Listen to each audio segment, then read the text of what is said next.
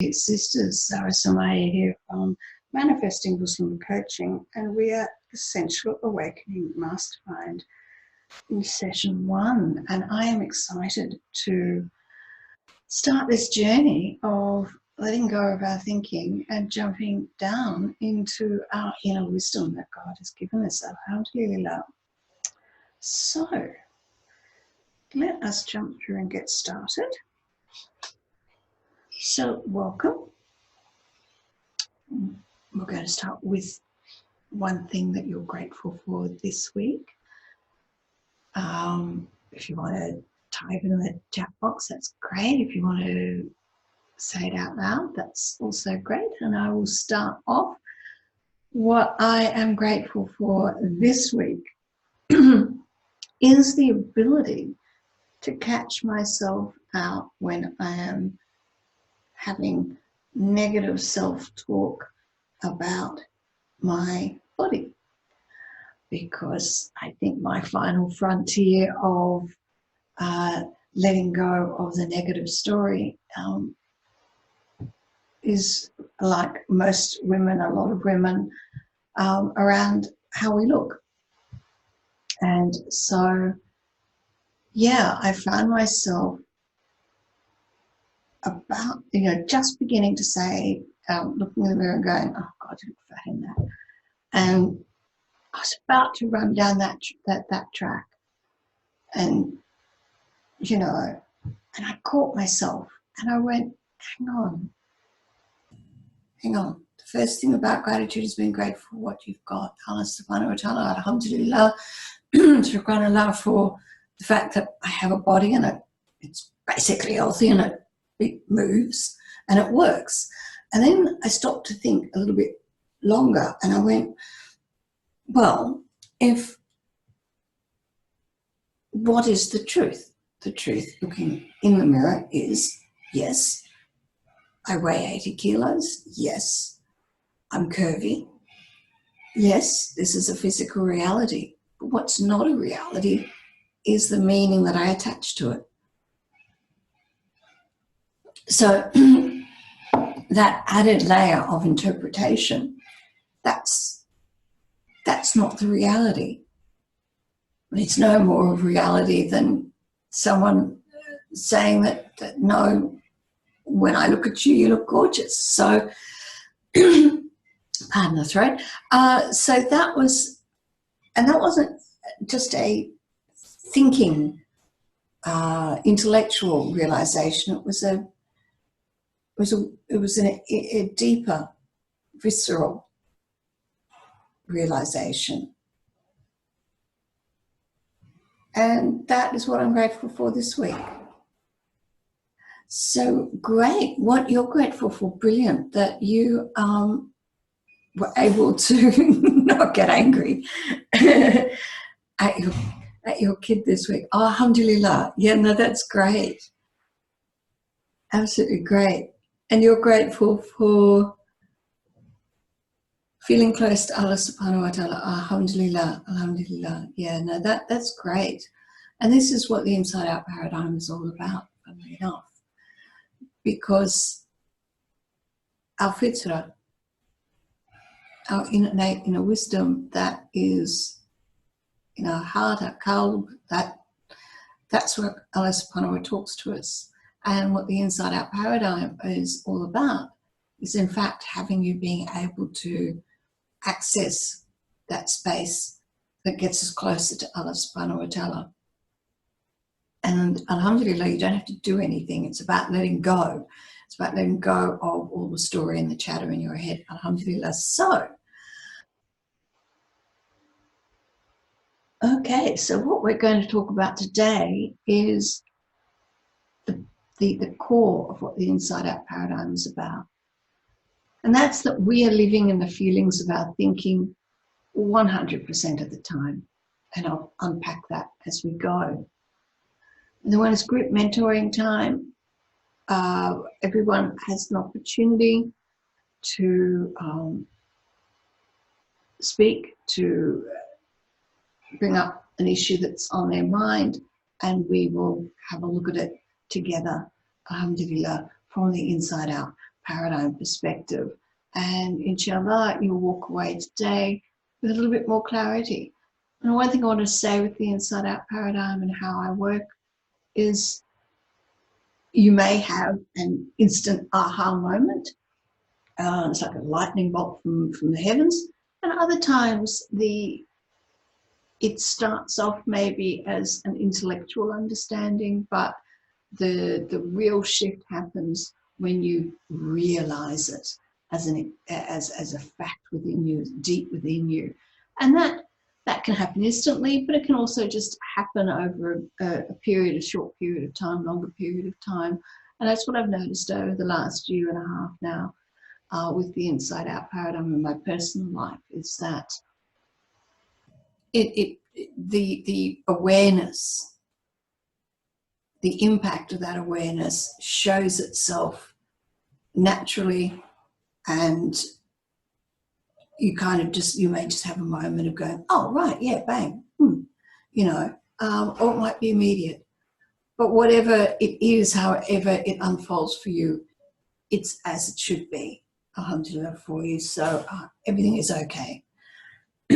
So I'm recording this presentation at the moment, but I won't record the group mentoring.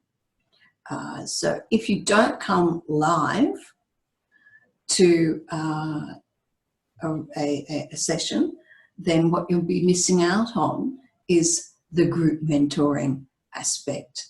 And that's the majority aspect. This is what the mastermind is about, is so that you can come and lay on the table what it is that's bugging you at this moment, and we will unpack it so that it's a lighter load for you, inshallah.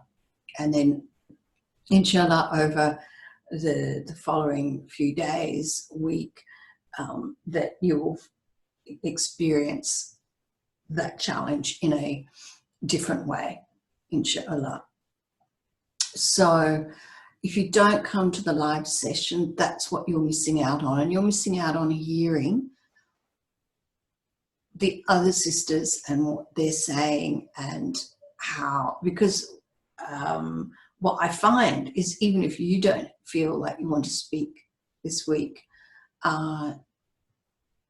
that there's always a wisdom to be picked up from listening to the stories of one of your sisters and hearing how that may unfold and loosen its grip. For them, it may well actually have a relevance to you as well. So if you don't come to the live session, that's what you're missing out on. And this is what the group mastermind is about. So looking forward to sisters who weren't able to come today to be able to come in a fortnight's time, inshallah. But let's continue. So most people assume our feelings come from what's happening to us. If things are going bad, we feel low. If things are going well, we feel upbeat and positive. This appears to be common sense logic, that life makes us feel stuff. But no, it may look and feel that way, but there's a missing hidden factor. And Sydney Banks said that this factor is called the missing link. And that missing link is thought. The only way we can experience life circumstances is through our own unique thinking about the circumstance. This is how the same life event can happen, and yet different people respond differently to the same event. Because if it was the event that caused our feelings, then everyone would respond the same way. But they don't. So we're not having a direct experience of life. We're actually having a direct experience of the thinking about life. And a good example of that is a relationship breakup. You can think of how much you miss them and feel sad. You can think about the new opportunities and get excited. You can think about what happened and feel angry. Other times you can think about what happened and feel grateful. is a fact of a breakup, but our life experience of this fact comes to us via our thinking about the event in that moment. We are not concerned about how to think or what to think, but just that we think. And it is in this thinking that causes our feelings 100% of the time. We feel whatever we are thinking in that moment. We don't have to do anything about those thoughts. Just the realization is enough. Great. So what we've covered there is the core of what the inside out paradigm perspective is all about. And so very quickly, I'll just say the inside out paradigm, Sydney Banks in the 1970s, he was actually a welder, but a welder who thought along philosophical lines, and he had an awareness. Now this awareness that he's coined as the inside out paradigm, and the way that he explains how we experience reality, he didn't discover it like a brand new thing. He just beautifully, accessibly articulated what all the prophets have been saying, what Buddha has been saying, what all the great spiritual thinkers over the ages have been pointing to in one way or another.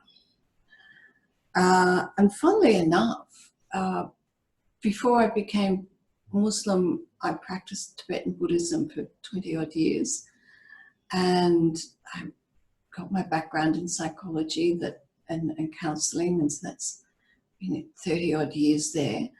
And then as a Muslim, and the notion of tawakkul, all those things were abstract in some ways.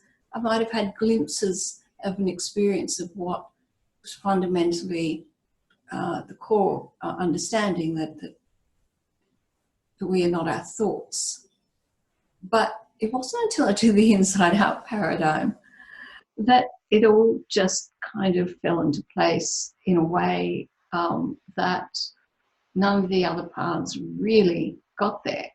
Now, whether they primed and warmed me up for the inside out paradigm, that's also quite possible. But it was the inside out paradigm perspective and the way it's explained that the penny dropped, alhamdulillah. And so he became aware of this fundamental way that people experience life, and the mechanism is true for all of us at all times. So we are living in the feeling of our thinking in the moment 100% of the time. That's true for you as it is for me, as it is for the person that we think is annoying us. And this is, it's a paradigm, not a theory. It's a paradigm. It's like gravity. It just is. It's just a fact. It's how it works. And God created our psyche in such a way that we have thoughts. Thoughts arise. We don't have any control of the thought that pops in our head. It just that we have, in fact, I think we worked it out not long ago, we have about 15 thoughts a second. Many of them we are not aware of, but the thoughts pop in and they pop out, pop in, pop out. And when the thought comes in, a feeling naturally arises as a result of that thought.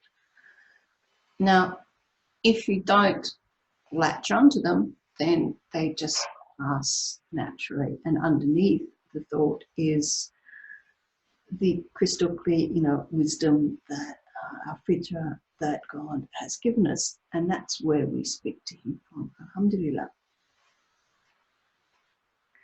And so the truth of experience, though it's been pointed out in different ways by all these major religions, spiritual philosophies, the problem for humanity has been that we have not been taught this truth.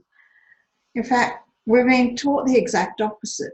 And spinning off from this misconception of reality has been every type of psychology method. What I mean by that is we generally all say stuff like, Tom made me angry, Sally made me happy, my job is frustrating me. And much of the psychology method and theory runs with this notion of either fixing the outer situation, fixing our feeling about it.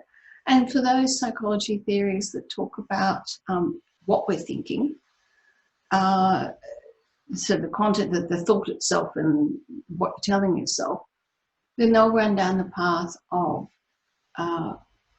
changing the thought content. And the inside out paradigm, you'll see that you don't actually have to spend eons excavating what you're thinking and changing it in order to let it go. Alhamdulillah. So when we say to have tawakkul and submit to Allah, what we are also saying in practice is to turn off the thinking and listen to our inner wisdom, where Allah subhanahu wa ta'ala guides us from. And the calmness that comes from letting go of our nafs thinking and trusting Allah is the same calmness that we feel when we let go of the thinking and tune in to the inner wisdom of mind with a capital M, that some will call it mind. We as Muslims call it the fitra. And this is all within our qalb, our heart, our inner wisdom, and it's in this space that Allah subhanahu wa ta'ala promises us that we will be able to handle whatever is thrown at us. It is not from our thinking and intellectual, personal thinking.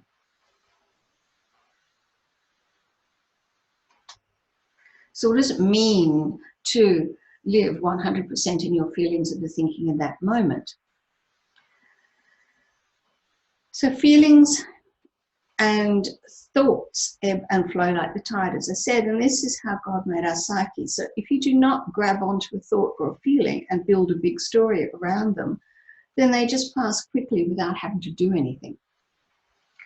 This point is, underneath the tide of thought is our feelings, lies our inner wisdom and our future. So that is where that calm and the constant calm and clear current of innate inner wisdom, we all have it. It's all there. And alhamdulillah, this is where we, as Muslims, and the inside out paradigm again, just go hand in glove, in that we are, at our core, okay. We're not broken. There's nothing to fix. There's nothing wrong with us. God made us this way. And funnily enough, it's sort of Christianity with its original sin, so that whole idea. And then also psychology itself has been underpinned with Freud's notion that we are a hot mess of id, superego, and ego, and that will never really be okay, and they're wrong.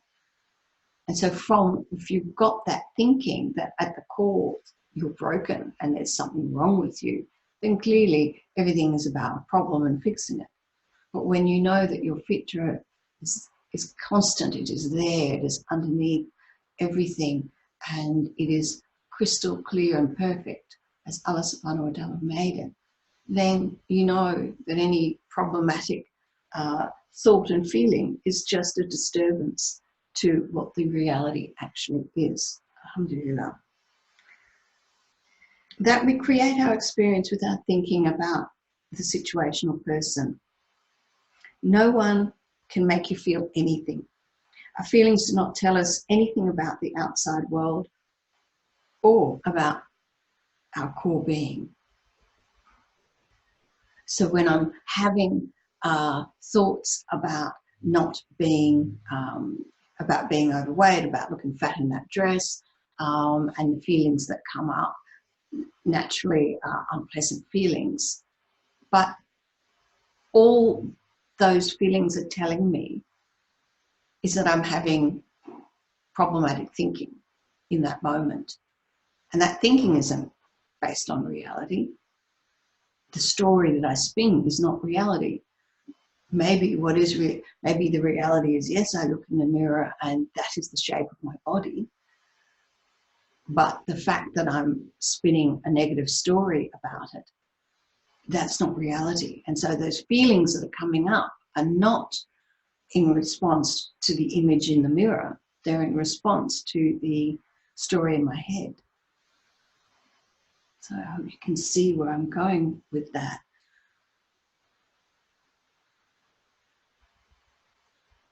And so, because God said that we are all perfect beings, so he means our group, he means our inner spirit. And this means we have never been broken and we never will be broken.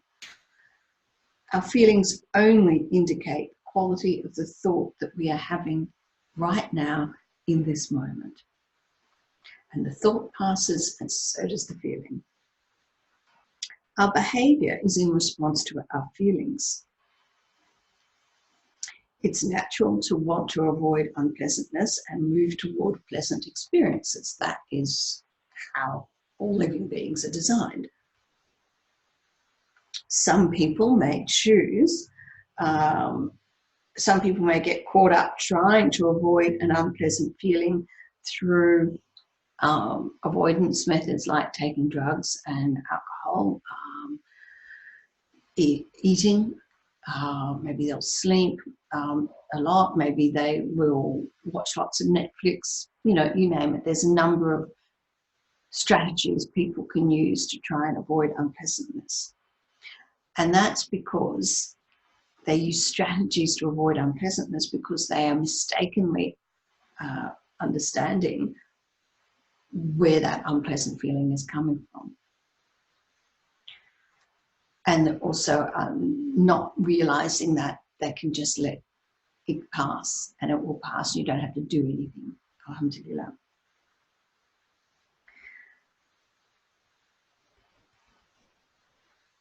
But with the inside-out paradigm, because the solution to all challenges lies in our wisdom response, and the only way to access that wisdom is to stop chasing thoughts and feelings, then literally there is nothing you need to do to change yourself or the situation in order to experience it from your innate God-guided wisdom.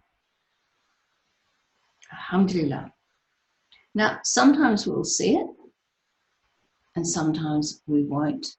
And what I mean by see it, I mean that, right, that's my thinking and my feeling is coming from that thinking. And that observer perspective. We are designed that way. Thoughts flowing in and out, like the tide. This awareness is the same. This is how we are designed. We are never going to have a 100% 24/7 awareness. And you realize as a little bit, as you step a little bit into this journey, you might start saying things like, but I know the inside out paradigm. I shouldn't be getting upset. This is not what it's about. We're not, the inside out paradigm and the awareness of it does not mean that you won't get upset or you won't get happy or you won't have feelings. It also doesn't mean that you won't have thoughts, because this is natural. This is part of the process. This is what makes us human. It just simply means that you will have the awareness to get out of the thinking, the stuck thinking, the habitual thinking more often, more frequently, and for longer periods of time, so that you can drop into that wisdom space. Alhamdulillah.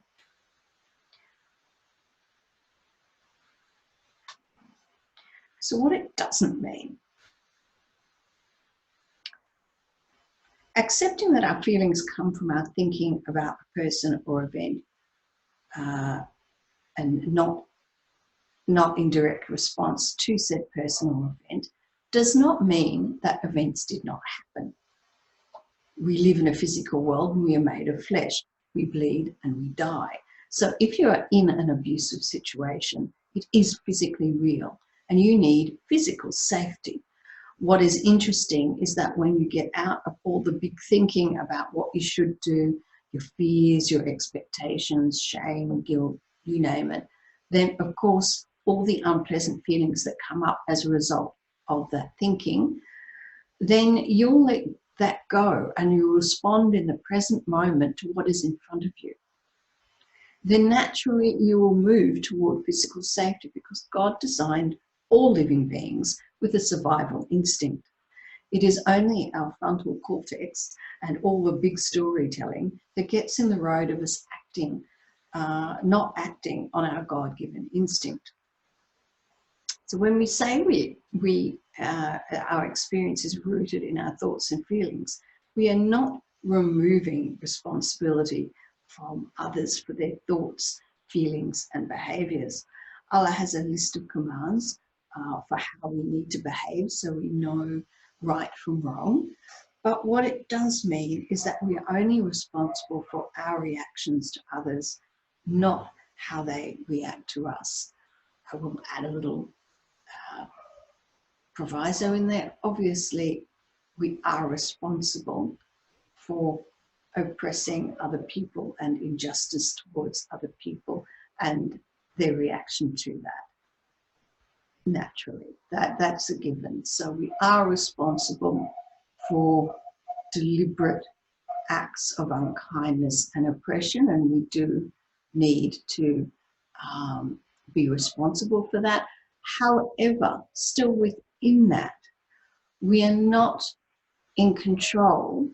So maybe even a better word there is we are not in control of the story that the other person, the meaning they give to what is your behavior, even if your behavior is unjust and oppressive. Still, we're not in control of the story that the other person tells themselves. And we know that the story that we tell ourselves is where our feelings arise. So even in that context of deliberate misuse of abusive behavior, we're still not in control of how the other person responds. That's big. So it means even with abuse, you can easily let go of the story that you're responsible for their feelings and treatment. And you are not, and their treatment is not personal. So yeah, a lot of times what happens with in abusive relationships is they'll say, you made me feel this way and therefore I'm treating you like this because you, no, you instantly know that that's not the truth. Their actions are a result of the feelings that they're having, and their feelings are based on the story in their head. That's simply what's going on. And you don't have control over the story in their head any more than they have control over the story in your head. So you don't have to take it personally. And that was a big one for me when I got out of both my abusive marriages. The last one, the final ability to sort of let go was oh yeah, hang on, it's not personal. You get it, because then you don't have to get caught up in that whole what's wrong with me, I did this, I did that. And no, well, you're not, because I'm not in control of their story. I can't. I'm not. Alhamdulillah. And then on the flip side of that, when you know that it's not personal, so even if you are dealing with tricky behavior, problematic behavior from someone, when you know that it's not personal, it's got nothing to do with you, it's their story in their head, you don't get defensive, there's nothing to defend. And then when you're not defensive and instantly going into that headspace of having to defend yourself, you can actually, even with the most difficult person, look at them and go, well, clearly they've got a problem. if they're acting in a difficult manner, then that's clearly a sign that they're experiencing difficult thoughts and difficult feelings, and they don't know how to handle it. And inshallah, that should actually bring up compassion from you, and understanding and patience. That doesn't mean you accept that you have to stand there and accept physical harm. I'm not saying that. Physical safety is paramount. But what it does mean is that you don't have to feel bad about it, if that makes any sense, inshallah. And then when you can, there's a big difference between setting boundaries and saying what's right for you, and requiring right treatment and removing yourself from situations that are not appropriate to you. It feels qualitatively different and more peaceful and more content and just not a problem when you are doing it from the headspace of, that's their problem, it's not mine, I wish them well, but I don't want to be a part of it anymore, as opposed to a big story in your head that it's all because there's something wrong with you and there's double unfair and all that sort of big thinking that makes cutting off from the person or the situation. You might not be in it anymore, but you're still mentally in it because you've still got the big story going on. Yeah, when you let go of the story, you let go of the experience. Alhamdulillah.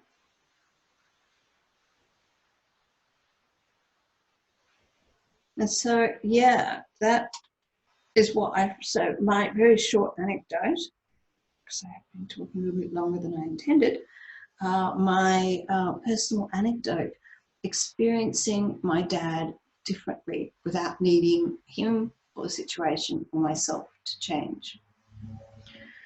Now, my dad is 85.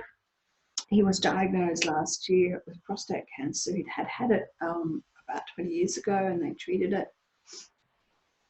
And he had signs of it coming back. Now, my dad, growing up, he was physically absent, emotionally absent. He was financially controlling. He was at times sarcastic and critical. And I realize now that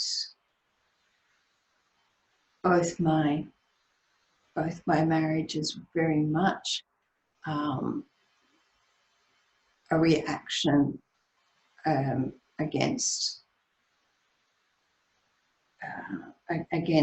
that, growing up with a sense of not being worthy of interest and not being particularly likable or lovable, or yeah. And I realized that stemmed from my dad, at least my relationship with him, my experience of him. Now, in the early days, I'd say I used to make the mistake of saying it's because he did this, he did that, he did the other thing, and that made me feel blah, blah, blah. But the inside-out paradigm has enabled me to experience him in a very different way. Doesn't mean that he's behaving differently necessarily, though the miraculous thing that happens with experiencing your relationships from the inside-out paradigm is quite naturally the openness that you go into it with. Energetically changes what's between the two of you, and you do actually find that the other person responds in also in a more open way. Alhamdulillah. So yeah, look, what I found with my dad, so he was he's 85 and the concern of dying, and I just thought, well, this is ridiculous. I had gone for a year not speaking to him because I had built up the anxiety and all the dread and all the story in my head that every time I'd talk to him, he'd say something crummy, and then I'd take it personally, and you know, the whole shebang would happen. And once I internalized and realized within myself that no, if he's saying whatever he's saying or behaving the way he's behaving, it's got nothing to do with me, and it's got everything to do with the story that he's telling himself in his head, whatever that is. And I don't really need to know, and I don't need to figure it out.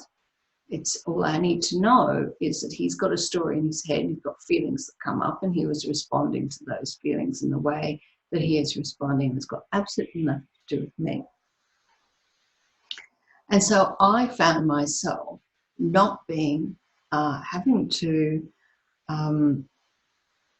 dress rehearse mentally the next meeting, the next engagement with him, and play out all the past. And so the beauty when you realize that the past, the memories, the conclusions we made in the past, that we bring in the present, and then all the feelings that are relived, that past conclusion is incomplete. Because again, we're not designed for 360. We don't know what the other person is thinking. All we can see is their behaviour. And then we interpret their behaviour based on our story in our head. And it's not likely to be 100% reality.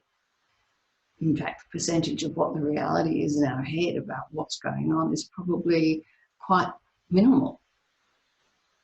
We know that if we are all in the same situation, but we will all experience that situation differently based on the story that's in our head.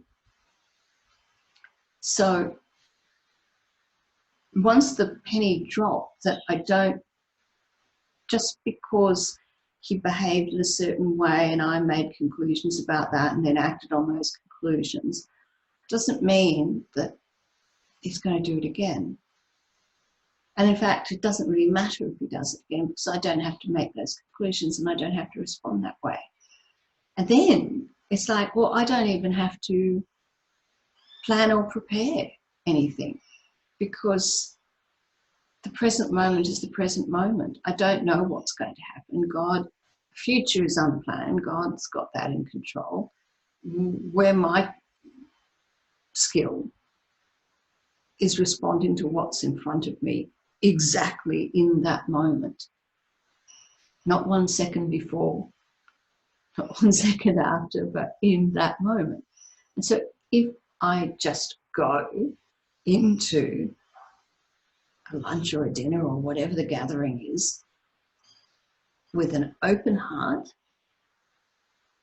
Yawadud, some love sent towards him, and just go with an open heart to accept whatever is in front of me, and know that whatever the other person is saying or doing is got nothing to do with me and everything to do with them. Then I don't have to be defensive,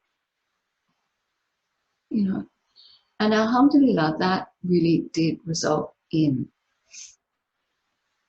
pleasantness. I didn't go in with anxiety. I mean, logic dictates. If you've got a battle plan in your head, if you've spent all morning getting ready to go off to lunch, rehearsing in your head how you're going to go into battle and all the rest of it, well, then naturally you're going to go armed, and on the back foot, looking out for a siege of some sort. I mean, clearly, if you're going in with that headspace, that's what you're going to see and that's what you're going to experience. But if you go in with an optimism and an openness, because every thought brings a new experience, there is an infinite number of possibilities between two thoughts. Alhamdulillah, there's a universe in there. Alhamdulillah. So that's the miracle. And it really has made a difference. I have found that even if my dad says something crummy, I'm not running off with it. I'm able to let it go. I'm actually even able to lean into it with compassion and patience, and understand that, oh, okay, he's something going on for him. What is it? And speak to that. And then that creates warm feelings. And when you have warm feelings towards the other person, then that begets more warm feelings. And those warm feelings then enable you to interact in a positive, present-centered manner. Alhamdulillah. So that little anecdote helped with anyone who is having issues with their relationship with anyone, really. And this is me with my dad, but it's relevant for you with your husbands and ex-husbands and kids. So now that's my bit. I think I talked a bit longer than what I intended to. So let us enter into, I'm going to stop recording the presentation and let us enter into our group presentation, group mentoring. So salam, sisters, from this point, and I'm going to stop recording.